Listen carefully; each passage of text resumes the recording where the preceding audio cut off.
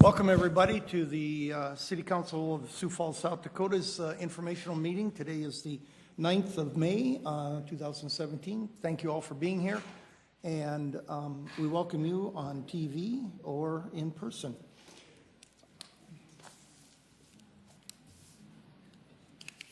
First order on the agenda is open discussion. Any open discussion? Mr. Chair. Yes, Mr. Past. Geez, past. Not past. Nicer How about Councilor nicer than what you called me at lunchtime, so I guess we'll go with that.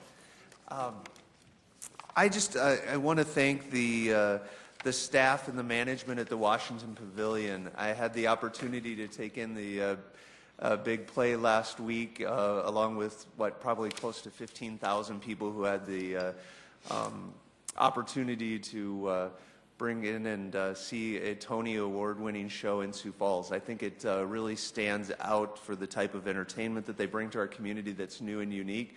We're at a point in our lives where it's difficult for us to leave town to go to a show of that caliber, and we no longer have to go to the Omahas or Minneapolises to see a show like the Book of Mormon. And we can debate the show and its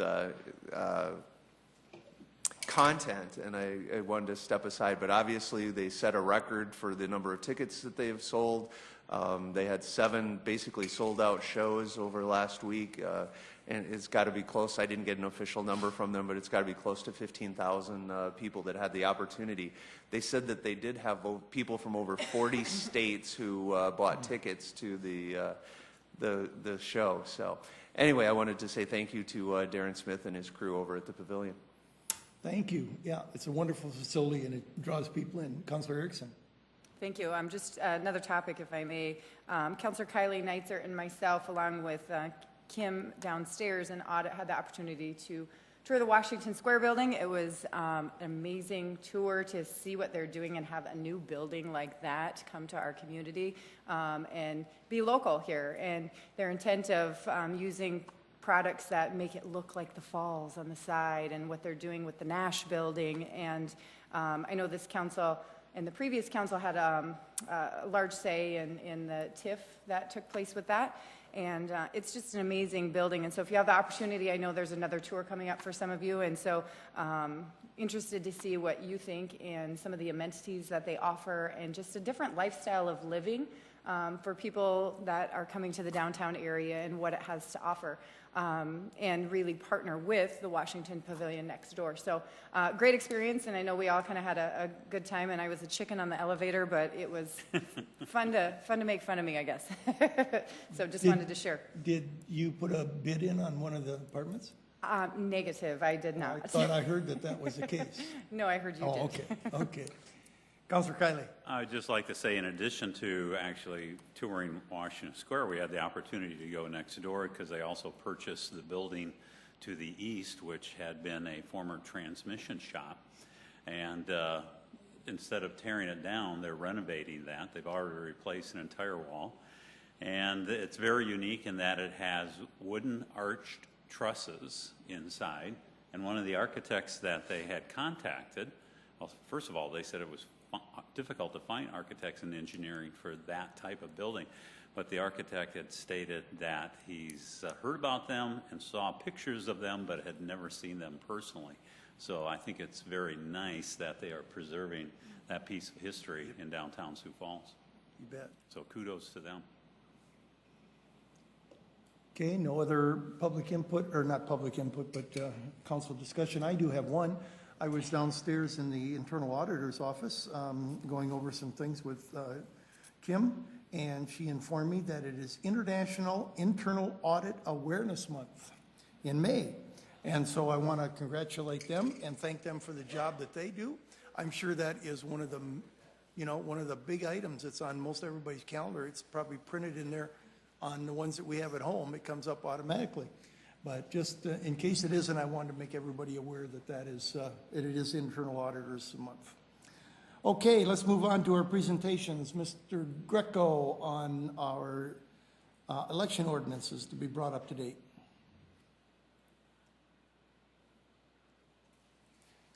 Okay, well, good afternoon. Tom Greco, City Clerk. I'm here to talk to you today about our election ordinance indirectly, but also about recent changes stemming from the 2017 legislative session. Now, I'm going to talk, obviously this is titled Election Ordinance Update. I'm looking to get to that in August of this year, an actual ordinance. But I do want to come to you now, well before that, for a couple reasons. Number one, to give you time to digest it, go back and look at it yourself, and ask questions, but also because some of the changes resulting from the 2017 session are going into effect on July 1st. Now, that doesn't mean that all of our ordinances or all of those changes will affect our ordinances, but it does mean that we should be cognizant of it. And as we go through this process of seeing these items being implemented, I obviously am in close contact with those candidates who have been in to see me and have filed paperwork, and I'll make sure that they received an updated information packet along the way. So this is what I'm going to talk about today.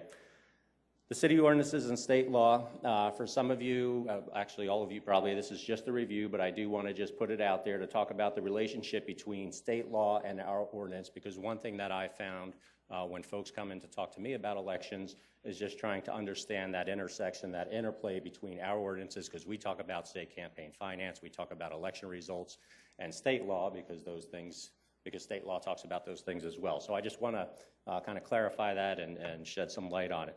I'll talk about our city ordinances in particular, not in detail. I have given you, and copies available out there, not only a copy of this slide presentation, but also our Chapter 38, the Code of Ordinances covering elections. The purpose there is just for your reference. I did omit all of our precinct descriptions just because it takes up 5 pages, but we do describe each one of our precincts in detail. State law highlights. This certainly will not be exhaustive. There were several changes, and I think there probably are several changes each legislative session. We know this year garnered a little more interest in terms of some of the election law updates. I'll review some of those highlights, again, talking about those things that will impact our ordinances, obviously pending adoption by the council, but also those things that impact candidates and also just us in terms of knowing that these things are out there, what to watch for, what to be aware of, and certainly just keeping people informed, because again, not everything goes into our ordinance. As I mentioned before, this is about the ordinances, so I will be talking in broad terms about some of the revisions that I would initially propose to our ordinances to get us up to date in line with state law, but also the redistricting process. As you know, we're doing the districting commission work right now. As you also probably know, they've settled on a plan, option F, which will be presented to the public beginning this Friday. You're allowed to come in and view it in the office or online and comment, and there'll be public hearings on June 15th and 17th. That's important because that does compel us to have to go in and change the ordinances. My goal is to kind of do all this at one time, at least from my perspective. So I'll get into some of the nitty-gritty now and talk about some of the details. So this is the preamble to our election ordinance. Again, you're all familiar with it, but I do want to highlight a few things. I physically have them highlighted on the slide there, but just want to explain a little. The first paragraph really speaks directly to our election laws. That's in the whole state law and certainly city law, the ordinances. We do follow state law in all cases, but there are some cases in both charter and ordinance where a stricter standard is applied or timelines modified, and that's stated here too inside the preamble. Also note that the provisions on campaign finance apply. The reference to legislative office is important because it really, it identifies what our contribution limits are, what candidates' contribution limits are when it comes to our municipal races. That's something I always reinforce with folks who come in. Again, we just use those legislative office candidate limits, and again, I'll get to that as we go on here. In the second paragraph, you see that by ordinance, we adopt the forms used by the state. This is not only convenient for us and citizens because they're able to go to the state website and find them, but it's important to know right now, and I do want to just point out that as a result of some of the legislative changes, not major changes as far as the forms go, but some reporting changes, we can anticipate all those campaign finance forms being updated on July 1st. Again, I'll speak more to this in a little bit. Also, just concluding with this particular slide, that third paragraph there, again, just to remind you, not only in our charter does it say basically all election actions need to be done through an ordinance, but this also does specify that you have, as a council, the ability to adopt specific filing and campaign requirements within our code of ordinances, which is what we as a city have done in the past. So this is just the really the table of contents, or the contents for our election ordinance. I just talked about the preamble. I'm going to go through each one of these, again, not in painful detail, but just in broad strokes, just to give you and folks who are watching just a flavor for how our ordinance is structured, and again, the things that we focus on in terms of ordinance, knowing that all else, and certainly this stuff, is derived from state law. So council districts and ordinance, these are described. That's the districts 1 through 5, central or southwest through central. But as you know, in the charter, that's what designates the number of council districts at 5. So again, they're described in ordinance. Also in ordinance, we have those election precincts. There are 70 of them, and there's a physical description of each one of the precincts, how they're bounded.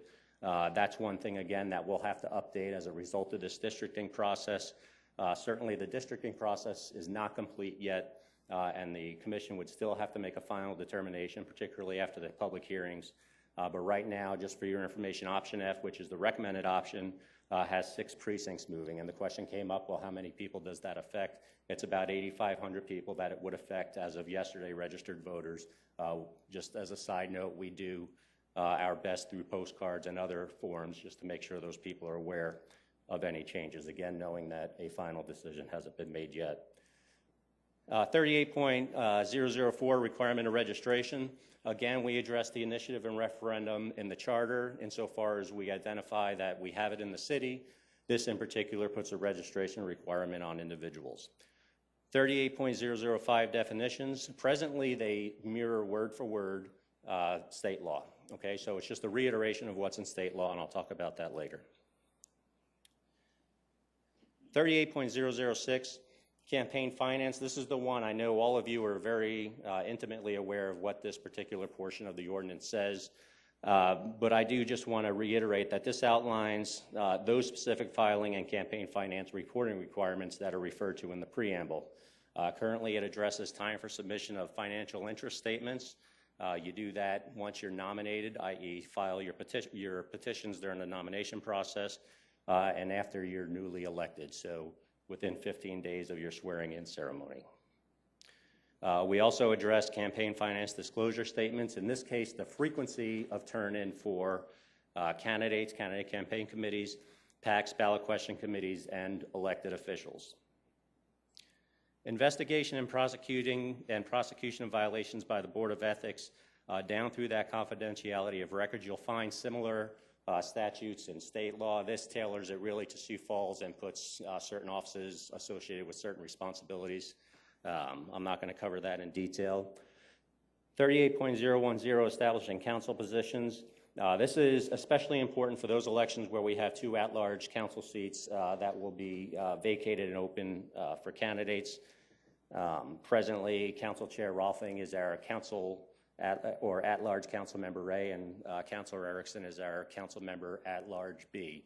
So we provide a letter designation to each one. So when somebody goes to run, and this is my responsibility to designate it, which it already has been, when somebody goes to run, they have to designate whether they're running for the A slot or the B slot. And then finally, or second to last, election results. This states really what it takes to win. And what it comes down to is the person with the most votes wins, but if you're running for a council seat, you must have at least 34% of the votes, and if you're running for mayor, you must have at least a majority of the votes. In cases where that's not the case, then we would have a secondary, as our ordinance describes, and also state law, a secondary election. And then finally, the penalty portion reiterates what penalties one may be subject to if found in violation of the Chapter 38, that is, and also imposes a civil penalty for failure to timely submit required items.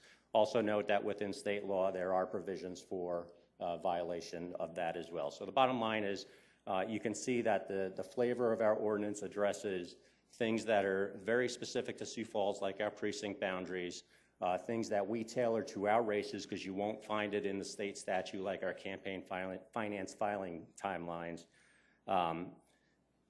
And then also other things specific like investigation and accessing records throughout some sort of investigation, down to our council positions, and also our election results, how we determine who does or does not win in a particular race.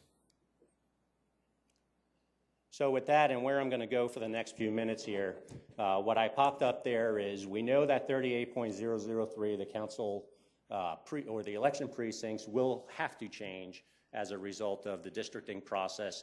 I'm also going to reiterate it again later, but there are going to be some other sort of cleaning up changes that we make for some odd boundaries that have occurred over the last couple of years due to expansion.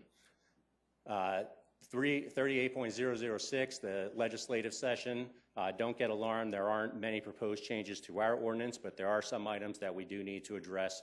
And again, I'll get to those. And election results I'll bring up as well.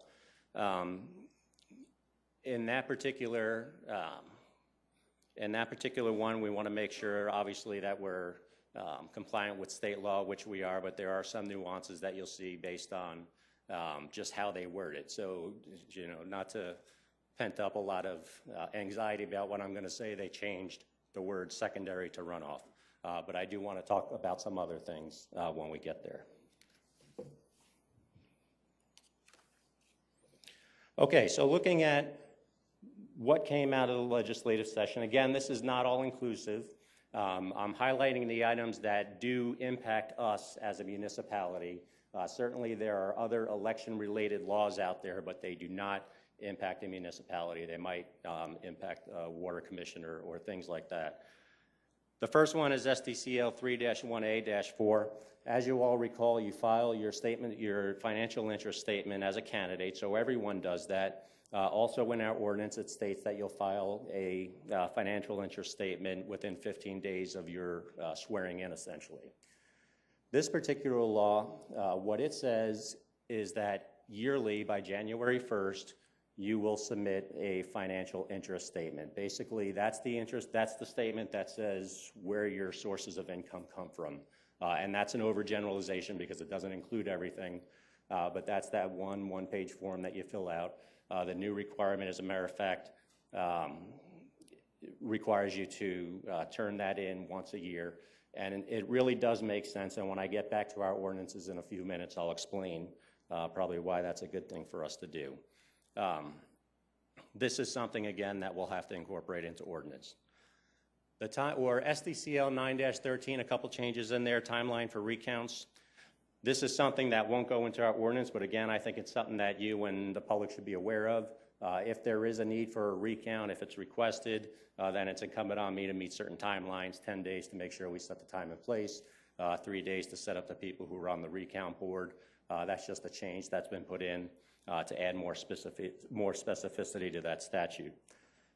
And then runoff elections, this is something that we'll incorporate ideally into our ordinance. It changes the term secondary to runoff, which I think a lot more people are familiar with. But as I mentioned before, there'll be some other changes that I recommend in there too, or additions, I should say. Campaign finance requirements, this has certainly garnered the most attention over the past year or so. I think you all understand kind of what happened this past legislative session. We're essentially operating right now on the campaign finance law that existed, say, at this time last year. What you'll see in it is various new sections and amendments, not major tectonic changes for municipal elections, but certainly something to be aware of. Several changes to definitions, not many additions, but it does add some specificity to current definitions that are out there. They do other things like change the term in kind when it comes to contributions to donated good or service. There are just some semantic changes, but I'm sure it means a lot legally. Also, interestingly, the term organization was changed to entity. And these are changes when you go look at the track changes for the Senate bill, you see that they just carry throughout the entire piece of legislation. So some definitional changes, and I wanted to highlight it up there because, again, when I get to our recommendations, I'm going to recommend that we just don't have definitions in our ordinance because they're already in state law. Reporting, again, some nuances here, and I don't want to minimize this. You know, there are some minor changes like what or how things have to be reported. For example, instead of a residence address, you'll be providing a mailing address. But it gets a little deeper than that as you get into the actual election law. But again, the important thing here is the fact that come July 1st, all of these forms will change. And then contribution limits. Again, we follow the legislative office limits. In my opinion, just in terms of a holistic sense, there aren't major changes for our municipality, but there are some important changes to note. And that I have up here right now. So we generally cover 3 major items: the contribution limits to a PAC, contribution limits to a legislative or county candidate, and I took these from the Secretary of State's website. Again, we follow the legislative offices, and then to ballot question committees. Now, the things I have highlighted there are what has changed. The form of this, you may not have seen this particular layout before just because it was recently posted, but the bottom line is we're dealing with candidate campaign committees when we're talking about you know, the statewide or the legislative. The bottom line is we, again, are following that legislative piece. But the changes that come in that first one to the left, contribution limits to a PAC. Now, in the past, it was not authorized, but now there is authorized to be contributions from ballot question committees up to $10,000 per calendar year. When you look at contribution limits to a legislative candidate, again, a municipal candidate, when we're talking about us here in Sioux Falls, you see now in the past organizations were prohibited from donating to candidates, and that is not the case anymore. Again, the term organization has changed. I urge people to look at that definition. There's quite a few legal terms in there, and it sort of expands the scope of what used to be an organization, but it does now allow entities to contribute up to $1,000 per calendar year to candidates. And again, all this stuff is reported. You know, going through the process that you have a responsibility to maintain good financial records and report it accordingly. Just going back there, no changes to the ballot question committees. Okay, some other state law highlights that I want to touch on are, number one, 921, 920-1, and 920-8. This is the procedure for determining the number of signatures. Now, I want to point out this does not change the 5% requirement for the number of signatures that are needed. What does change here is when that actual 5% is determined. And by statute, it's determined now on the second Tuesday in January by the county auditor. Obviously, we haven't gone through this yet, but what I imagine it'll be is both the Lincoln County and Minnehaha County auditor providing me with the number of registered voters and what 5% of that is. So the intent, as it's understood, is that that would be the number that is used to determine what you need for an initiative or referendum until the next reporting period. In the past, what we've done is you would turn your initiative or referendum in, and then the number would be calculated. So the number is static for a year. Again, the key point there is obviously that we'll have to coordinate with both counties. 12-1-13, petition challenges. This ad, there's always been the ability to challenge petitions, either nominating or initiative or referendum, in particular at the municipal level. It's always been 5 days to do so. That's still the case. In this particular instance, they do place some limits on what can be challenged. And some examples are you cannot challenge a petition or signatures if you believe the signer doesn't live at the address listed on the petition, the circulator doesn't live at the address listed on the petition. Some other things about, like circulator did not witness the signers, or if a petition was originally rejected, if it's already gone through the challenge process. The bottom line, again, is this is one of those items in there where if you're in a position to challenge petitions, you would certainly want to go look at state statute. You can challenge certainly anything you want, but my responsibility as the election official would be to make sure that we follow that particular statute. This wouldn't require any changes to our ordinance. And then 12-14-1.1, notification of precinct boundary changes. There's already a provision in state law that says we must notify the county auditor, in this case auditors, 40 to 45 days prior to our municipal election of any precinct boundary changes. Not common here in Sioux Falls, but I do suppose it can happen. What this does is it adds an additional requirement to notify the county auditor, or in our case auditors, 100 days prior to a primary during obviously even numbered years. This really does not have a major impact on it, but again, it's something I think you should be aware of, that we do have that requirement to make sure that we're notifying the auditor of any changes, and there is a timeline associated with it. And I just kind of draw back to our districting process. We have an aggressive schedule so that we could get done early to get citizens informed, but in all practicality, we have up to 100 days prior to the primary in 2018. But the reality is 45 days before our municipal election and 100 days prior to the primary are basically a difference of 1 day. So fundamentally no change to us. So moving back to the slide that I showed you before, again, this is just a lay down of the contents of our election ordinance. But now I want to talk about some of the specific changes that I'd be recommending for updates to our ordinance come, and what I'm shooting for is the first week of August. First of those election precincts. As I said before, we will have to change some precinct descriptions based on the districting process. Again, I think this is important to get done early so that we can, number one, notify people, notify candidates, keep you informed, but also it is not an easy process. We rely on Jeff Schmidt in Planning and Zoning to do this. He does a great job. He does it every time we do one of these or have to update precincts. But we do want to stay ahead of the curve and make sure that we have those in place. So we'll be updating those. There will be some other minor tweaks that we noticed from the last election. I've spoke, and I'll revisit it with Auditor Litz. Not really anything down in Lincoln County, but just cleaning up some precinct boundaries, particularly in the northeast precinct. We have some odd boundaries based on just how our law is written, and combined with annexations and growth of the city over the last several years. So there'll be some cleanup there.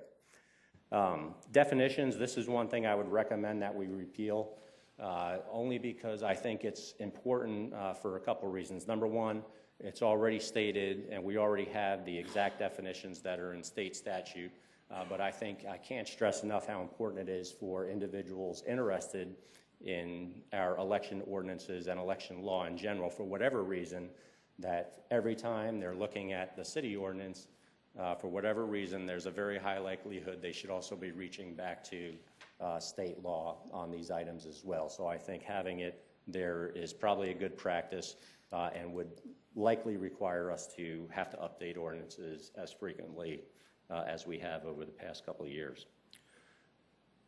38.006. I mentioned those financial interest statements before. Now, one thing I want to point out here is one of the recommendations I would have is to add that elected officials' financial interest statement in there because we already addressed the financial interest statement for nominated individuals after you turn your petitions in during the election process. But what this would do, and what I do want to point out is some of you may, the new folks on our council, doesn't mean much to them because it's the reality, it's what you know, but an ordinance was passed prior to your coming on board in November 2015, which required you all to have a termination statement for your filings. So you basically closed out your accounts, but that's not the case across the board. But it will be after this next election. Everybody will basically be on the same schedule of having terminated their campaign finance statements. There's also still a requirement for you to submit a campaign finance disclosure statement on a yearly basis. That doesn't make too much sense if everybody will have had a termination statement. So that would preclude the need to do that, unless, of course, you reopen your candidacy, you would still be compelled to submit yearly. But the bottom line is this would just require you to submit that financial interest statement on a yearly basis prior to the first of the year. Again, it's more of the financial interest statement, again, as a reminder, is just a disclosure of a certain threshold of your income. The other thing is the termination statement for ballot question committees. To add some specificity, this is one thing that's not included in our ordinance. We have it, again, as I just mentioned, for our candidates, where you submit a termination statement at the conclusion of the election. In this case, it would require the same thing, essentially, for ballot question committees, both successful and unsuccessful ones. In our current ordinance, our ballot question committees are only required to submit financial statements if there is an election. So if there's not an election, there needs to be some sort of mechanism in here to make sure that we close the loop on that campaign finance process that was started once a statement of organization was submitted. And then finally, on election results, I mentioned before that we're changing the term secondary to runoff. Not a major deal, but one thing going through this process and looking at the state law and comparing it to our ordinance, because we do have how election results are determined, I think it's recommended that we add a provision in here which would, in this case, mirror state law in what to do for what we should do in cases where there is a tie for second place. It's not currently in our ordinance. Certainly, if the case came up without it in ordinance, we would reach back to state law, but I think as a matter of fact, and speaking as a matter of fact and a matter of course, just to have it in there to make sure that all those election result type items are in place in one area. Basically what it says is if there's a second place tie, then you'll have 3 people on the ballot, and the person with the highest number of votes during the runoff election wins. Again, I just think it's good for citizens to have it right there and keep folks from having to go back and forth between the ordinance and the state law to try and figure it out. But again, I do want to reiterate how important it is each time you're looking at our city ordinance to reach back to state law to make sure that you're on the right track, because most of what you do as a candidate and an elected official when it comes to campaign finance, as you know, is derived from state law. We focus more on some of the nitty-gritty procedural things like timelines and other items like that. So as I mentioned earlier, I'll be coming forth with an ordinance, and I'll probably update you again toward the end of July, but I will be coming forth with an ordinance probably the first week of August. So would certainly want you to see that. Looking for a first reading, I think the date would be August 1st, and that would just put us at a point where ideally we'll have our election ordinances updated and effective by the end of the summer. So with that, I'll open it up to any questions that you may have. Questions? Councilor Erickson. Thank you, and maybe I'm just not understanding which area it falls under, but I know when I first said I'm running for office and I did my statement of organization, I also filled out a different disclosure talking about our financial interests, things of that nature. Will that be changing? Did you discuss that too or not? You filled out a statement of financial interest, so within 15 days after you submitted and filed your nominating petition, you and everybody else filled that out. That is the item I was talking about, where you still have a requirement to do that as a candidate. And we also had in our ordinance, and it's in state law too, where you do it within 15 days after being elected. The addition here is that you will do that on a yearly basis. Okay. And will that form be changing much, or will we be using the same form again for the state? It'll generally be the same form, but again, as I mentioned, it'll be a state form. But as I mentioned before, and I took this directly off the Secretary of State's webpage and had a conversation with one of their staff today too.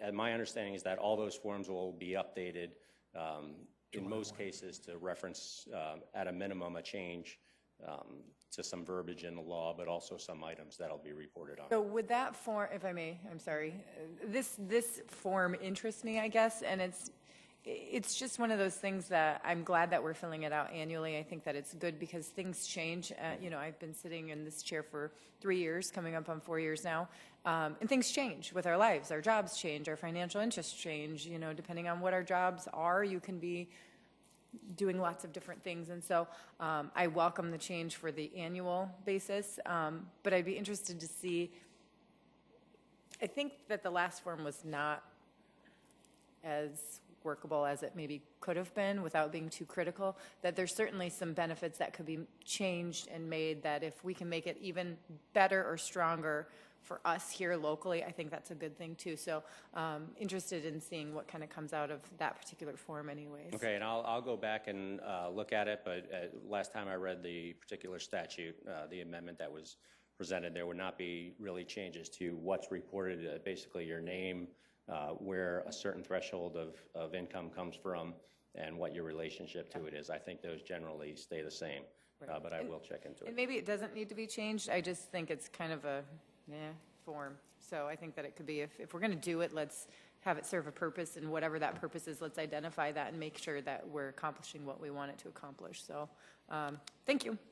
And thanks for your work on this. I know that you and Lori did a ton of changes right as you came on board, and then there were all these additional changes with the legislature, and now you're kind of redoing it again just a couple year later or so. Yeah, So and again, it's not a tremendous number of changes, but we do want to make sure that we're in sync with absolutely, what's yeah. out there. Thank you for your effort on this. Councilor Starr.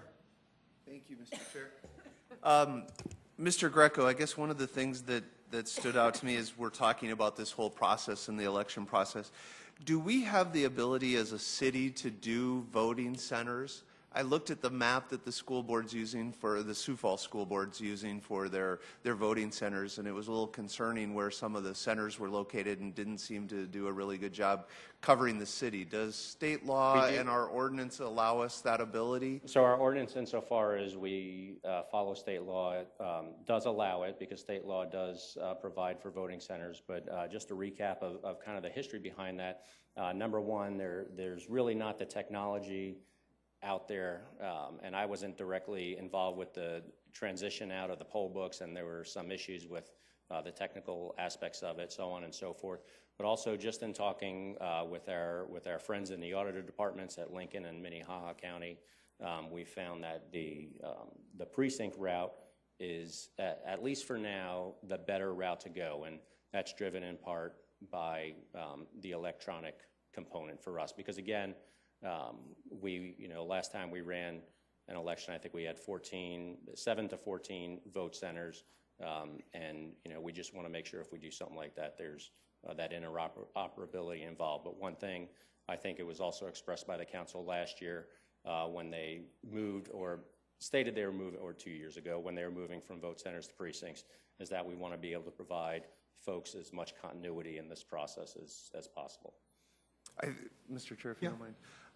I think you're exactly right. I don't think people care as much about where they vote as long as they get to vote at the same place over and over again. It becomes a routine, and like you said, I think the citizens I've heard from, their concern a lot of times are that it moves every election, and even in the same year when we have multiple elections, by the time we had primaries and general elections and city elections and school elections, that their concern is often that they don't know where to go, and they've always voted in one place and we've had to move, and I get that you have to do that as well. Do we, with the spending limits, to take a different direction, do we have the ability, we could change contributions and where those contributions could come from? I guess the one that stood out to me was party contributions, because we spend a lot of time with this group talking about being a nonpartisan body, and would we have the ability to disallow party contributions? Yes, you do, just insofar as with relationship to this chapter right here, you may adopt specific filing and campaign finance reporting requirements. You do have the ability to do that. It's been done in the past in Sioux Falls.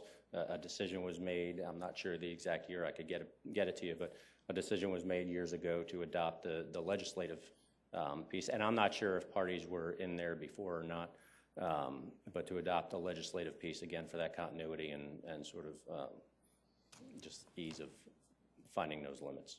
It makes sense. I think that's another one of those things that's difficult when you're filling out PAC requirements for state races versus city and trying to do that. I know I've heard from several people who have PACs or part of a PAC that trying to figure out what the city's requirement is and timelines and things in comparison. So the more we keep them the same, I understand that logic. So thank you. Councilor Staley. First of all, let me say that having been involved in the last 11 years with many different ballot issues with this office, from petition drives to running for office myself, I think the best thing that we have going here is the staff. Because you've got those forums, and for the public to know that they can come in, and I did it myself, and I think many of us needed help as well, to sit down with someone to say, help us fill this out, because none of us want to get penalized. So I'm so appreciative that we've got friendly, capable people that will help us, no matter what our energy is for that. I've got 5 things here. First of all, the registration 38.004, what's the purpose of that? My research on it is it's analogous. So first of all, as I mentioned earlier, the charter provides the city with the ability for an initiative or referendum the citizens. That registration requirement is analogous to something that you'll find in state law, which where there's essentially the same type of requirement to notify that the petitions are being circulated. I think in this case, based on what I've been able to gather, just looking at previous discussions about this topic, back through 2007 or so, it's really a matter of getting it out there, getting the city to be able to track it, only insofar as being able to notify individuals if they choose to, kind of what the requirements are, because there are certain requirements for a referendum. You have those 20 days past publication. For an initiative, your signatures are only valid for 6 months. I think it's just basically put out there to provide that type of information, but I could be wrong. Well, I think this has been confusing in the past. We've had initiatives happening that just because you've registered on that day, that doesn't mean you have to have the signatures in 6 months from that day. That is correct. It's a rolling, it's from the last day They working just don't count, backwards. yeah. Okay, then that leads to my next question, because you were talking about how they were changing, that you were going to be getting fresh numbers as far as what registered voters are. Now, when I've done petition drives in the past, I've always checked out how many signatures I'm going to need before I start the petition drive. Would that be getting to the same ends that you're talking about? I don't wait till I'm suppose done. just not having gone through this, yes and no. What a scenario I could see is where if you're trying to if you're kind of planning for an initiative, or, well, maybe not a referendum because that's more timely, but say if you're planning for an initiative in November, and you're thinking about maybe starting it in February, the numbers will change the second week of Tuesday. They will be updated. But that doesn't preclude you as a citizen from contacting either my office or the well, both auditor's Lincoln office. County and Minnehaha. Right, yeah. to figure out what the current Right. number of registered voters is. But also just bear in mind that there is a set number that entire year for the number of voters required for an initiative. And then, piggybacking on what Councilor Starr said, I know that a lot of the public is concerned with these movable voting places. In 2007, we experimented with super precincts. We've had voting centers, and then we've got the full-fledged precincts that you talked about. What would we need to do to get a mandate that says we are always going to have a stationary, consistent voting system happening? Would that be an ordinance? Was that going to be a charter amendment? I think so. One thing that I mentioned earlier that you find in our charter is all actions relating to, I shouldn't say all actions, but, and I'm paraphrasing here because I don't have it in front of me, but election-related items need an ordinance. So those kinds of items are contemplated. So the decision to go to voting precinct or voting centers, for example, was likely done by an ordinance, and conversely, the movement back. So I think it's a discussion of the council, and certainly me as the election official, I wouldn't want to come to you in March and say we're doing voting centers. I think it would be You think discussed. that was was that an ordinance that we voted? Well, don't know. not you. But I don't years ever ago. remember, because then if it was an ordinance, would that be just for that particular election, or would that? So I guess moving forward, I'm just thinking, what are our options? Is it a petition drive? Can we do this as a council? Do we have to go through to the Charter Revision Commission and say put this on, or fourth D, you don't know?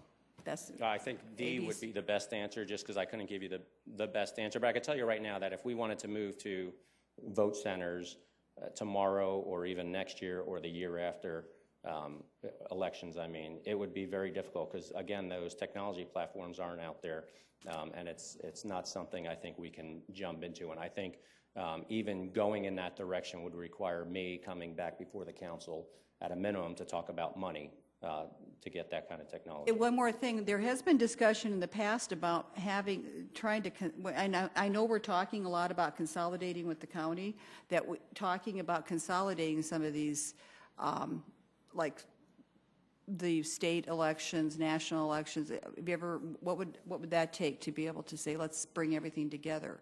So the date of our election is set by the charter, and that's the second Tuesday in April. Okay. So that at a minimum, it would require a change to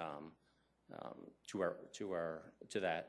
But the other component there is again just sort of a discussion about whether it's something that the people would want to see happen, because there are pros and cons to having a standalone election. Thank you. Councilor Mock.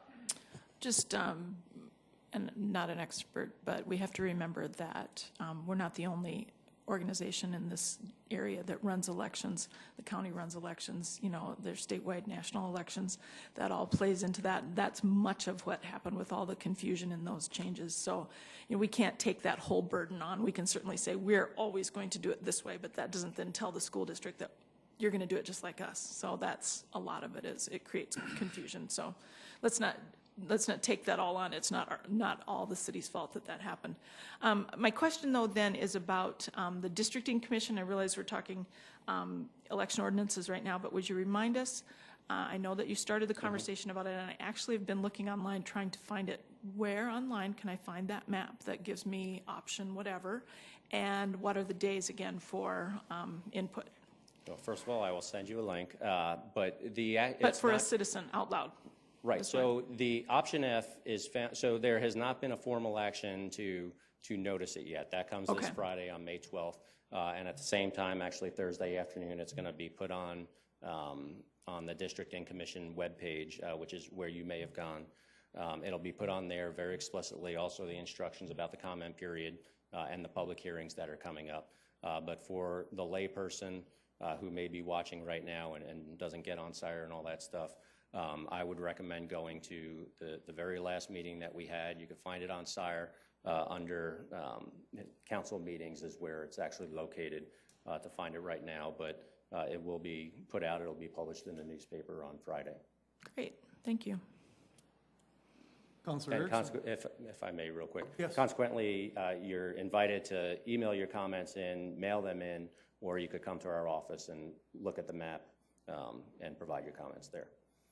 Councilor Erickson. Thank you. I just wanted to add a little extra dialogue to a couple questions that Councilor Staley had in regards to state elections, of consolidating all of them. When I was in the legislature, Representative Hal Wick actually had a bill that he brought forward. It was in local government, and it didn't make it out of committee even. And so his bill was to streamline all the elections to have them all fall in either the primary, so either June or November. And it was just really to consolidate a lot of that.